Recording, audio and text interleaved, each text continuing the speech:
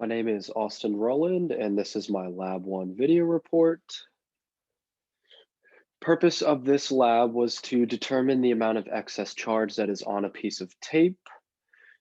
Two charged tapes will interact with each other in this experiment, and the distance between the charged tapes will help us to calculate the excess charge on each of those pieces of tape.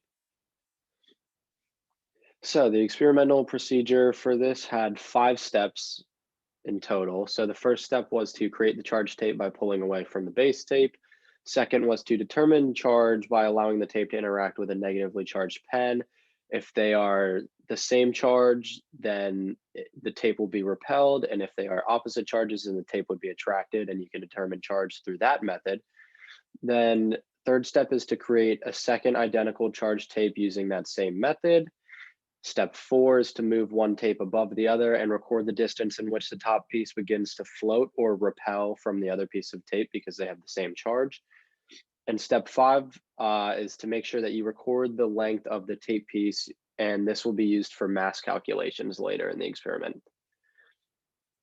Some of the fundamental principles and assumptions used in this experiment were that Fg is going to be equal to Fe in magnitude. For the object to be floating, they will just be pointed in opposite directions. We treat each tape like a point charge for calculation simplification in this experiment. We assume that each charge tape shares the same charge. And then our two fundamental principles that we will be using in this is just the gravitational force equation and the electric force equation. So some of the initial data and constants from this experiment, we have the electric force constant, proton charge, gravitational acceleration are all needed for those two formulas on the last slide. And things that we measured upon performing this experiment were the tape length, the tape mass, and the separation distance. So some of these calculations done by hand are set up as follows. So the gravitational force is equal to mg in the negative y-hat direction. And when you substitute all that in there, you get this number right here. Electric force is just going to be equal and opposite to that gravitational force. So it should be a positive number of whatever the gravitational force is. The charge on each tape is determined by rearranging our formula for either Fe or Fg. In this case, I used Fg since they're going to be the same. And then you isolate Q and you solve for that when you plug in numbers. And the number of electrons transferred is simply going to be the Q that we calculated in that last step divided by the cube of a proton, which is 1.6 times 10 to the negative 19th coulombs.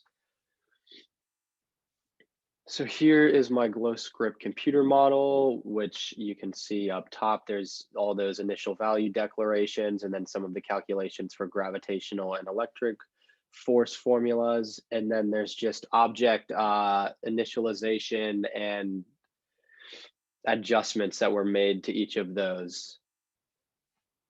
And this is a visualization that pops out when you execute the code. And here at the bottom, you can see all these values that line up with the calculated values from before.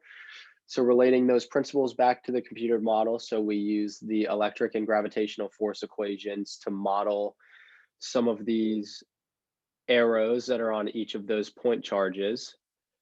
And we modeled each of those pieces of tape as a point charge instead of something greater. That way the calculations were simplified for this lab. And the output of the visualization shows us that the charges repel with equal magnitude and opposite direction, and that the final values align with the hand calculated versions. So two extension questions on this lab. The first one being, what if electrons had positive charge and protons had negative charge? So like charges always repel. So if both pieces of tape would hold negative charge, they would repel each other just as they did before. However, you would instead determine the value of excess protons because those would be drawn away by the base tape, but they would still have the same magnitude as the answer we got for excess electrons. Just because protons and electrons have the same value for charge magnitude, they just have opposite sign. And our second question is, why is it important to handle charge tapes as little as possible? So excessive handling of the charge tapes can wear down the materials in the tape and inhibit its ability to become readily charged. And charges can also distribute from the tape to the hand of the user slowly until the charge has totally dissipated from the tape. And this is all for Lab 1. Thank you guys for watching.